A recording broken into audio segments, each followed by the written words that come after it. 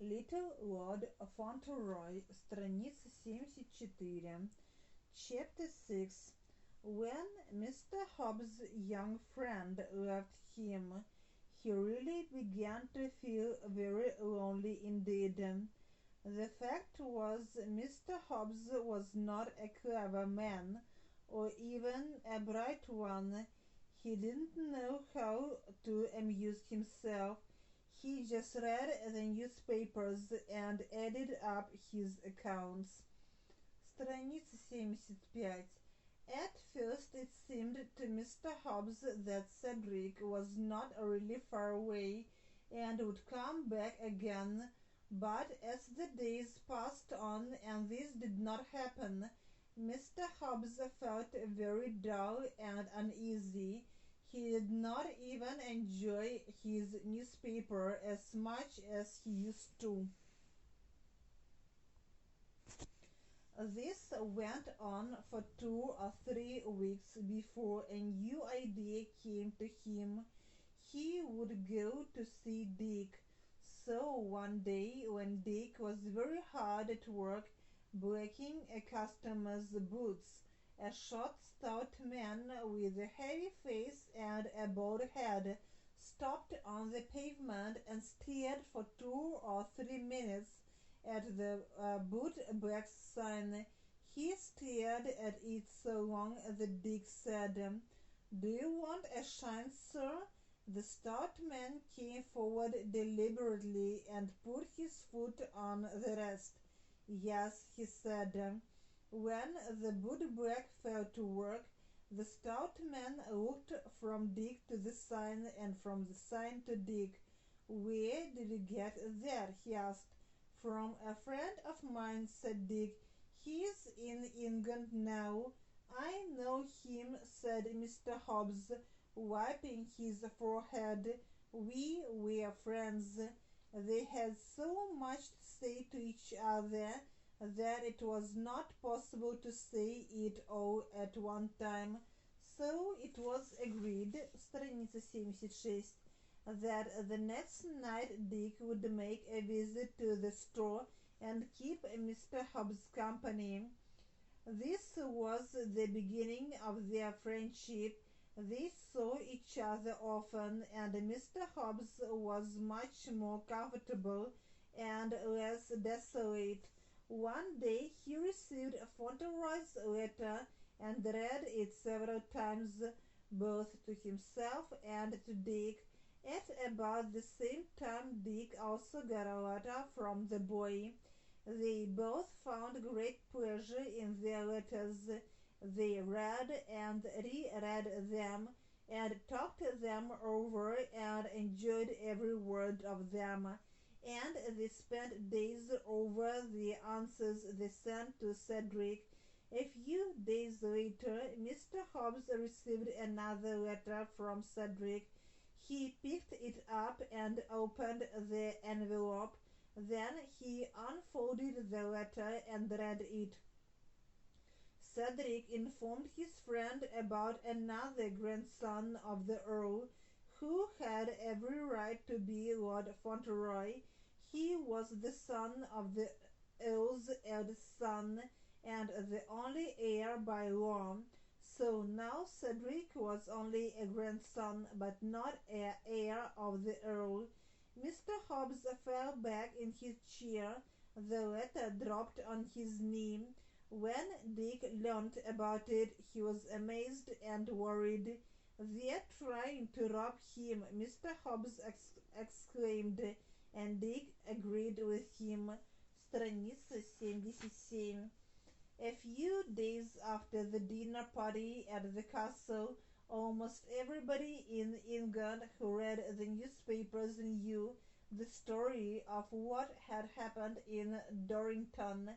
Apparently the Earl was proud of his heir, a little American boy who was the son of his youngest son, Captain Errol, but some unknown wife of Bevis, the dead Lord Fauntleroy, suddenly appeared with her son and said that he was the real Lord Fauntleroy and must have his rights. They said that the Earl of Dorincourt was not satisfied with this relation and would perhaps contest the claim by law. In fact, there was excitement everywhere at the castle, in the library where the Earl and Mr. Havisham sat and talked, in the servants' hall, and in the stables. There was one person who was quite calm and untroubled. That person was the little Lord Fauntleroy, who was not Lord Fauntleroy at all. When the Earl told him what had happened, he said, "It makes me feel very queer. Will they take Mummy's house from her and her carriage?" "No," said the Earl decidedly, "they can take nothing from her." "Ah," said Cedric with evident relief, "can't they?" Then he looked up at his grandfather, and there was a wistful shade in his eyes, and they looked very big and soft. Страница 78. "Will I be your boy even if I'm not going to be an earl?" he said. "Will I be your boy just as I was before?" "My boy," the earl said in a little broken and hoarse voice. "Yes, you'll be my boy as long as I live." Cedric's face turned red with relief and pleasure.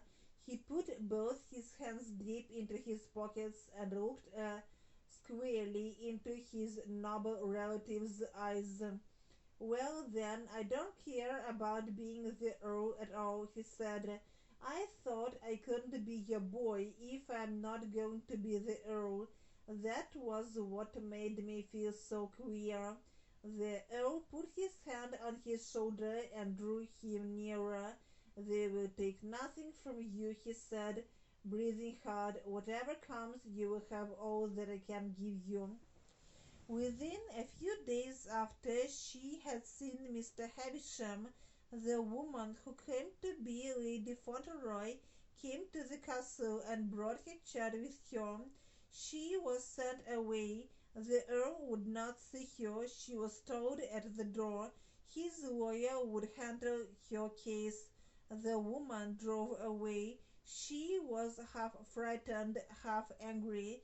Though she had a passionate temper and a coarse, insolent manner, she was neither clever nor bold.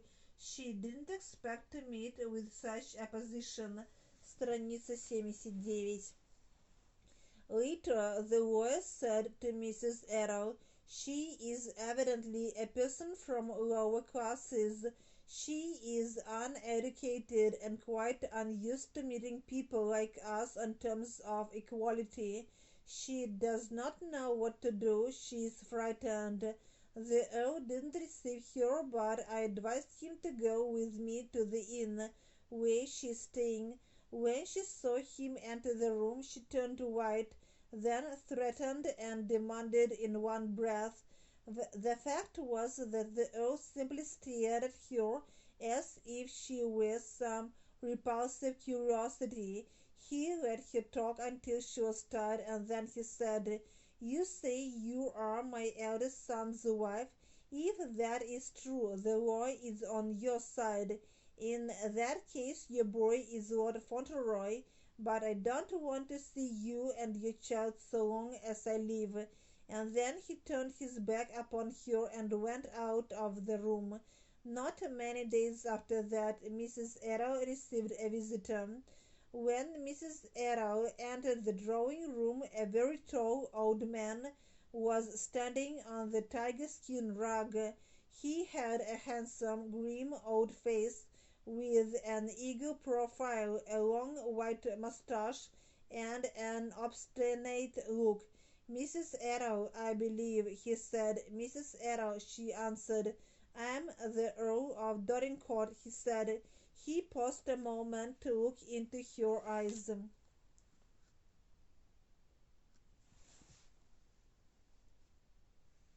Страница 80. "The boy is very much like you," he said abruptly. "I hope he is like his father also, my lord," she replied. Her voice was very sweet and her manner was very simple and dignified. She did not seem in the least troubled by his sudden coming. "Yes," said the Earl, "he is like my son too. Do you know why I have come here?" "I have seen Mr. Davisham," Mrs. Errol began, "and he has told me of the claims which have been made. I have come to tell you," said the Earl, "that they will be investigated and contested. I have come to tell you that the boy's rights—" The soft voice interrupted him. "He must have nothing that is not his by right, even if the law can give it to him," she said. "Unfortunately, the law cannot," said the Earl. "This outrageous woman and her child—" "Perhaps she cares for him as much as I care for Cedric, my lord," said Mrs. Errol, "and if she is your eldest son's wife, her son is Lord Fauntleroy and mine is not. She wasn't afraid of him, and he was pleased by it." "It is a very magnificent thing to be the Earl of Dorincourt, my lord," she said. "I know that, but I care most that he would be what his father was, brave and just and true always." Страница 81. She stopped short, looking quietly into his face, and then she added, "I know that Cedric loves you." The Earl suddenly began to walk up and down the room. "Yes, he's fond of me," he said, "and I am fond of him. I can't say I ever was fond of anybody before. I am fond of him. I am an old man, and I'm tired of my life. He has given me something to live for. I am proud of him. I was satisfied to think of him as the future head of the family." He came back and stood before Mrs. Errol. "I am miserable," he said. "I used to hate you. I have been jealous of you. After seeing that repulsive woman who calls herself the wife of my son Bevis, I actually feel it is a relief to look at you. I have been an obstinate old fool, and I suppose I have treated you badly. You are like the boy, and the boy is the first object in my life. I am miserable, and I came to you because you are like the boy, and he cares for you, and I care for him." He said it all in his harsh voice, and Mrs. Errol was touched to the heart. She got up and moved an armchair a little forward. "Please sit down," she said in a soft and sympathetic way. "You are very tired, and you need all your strength." Страница 82. "Whatever happens," he said, "the boy will be provided for now and in the future." Before he went away, he glanced around the room.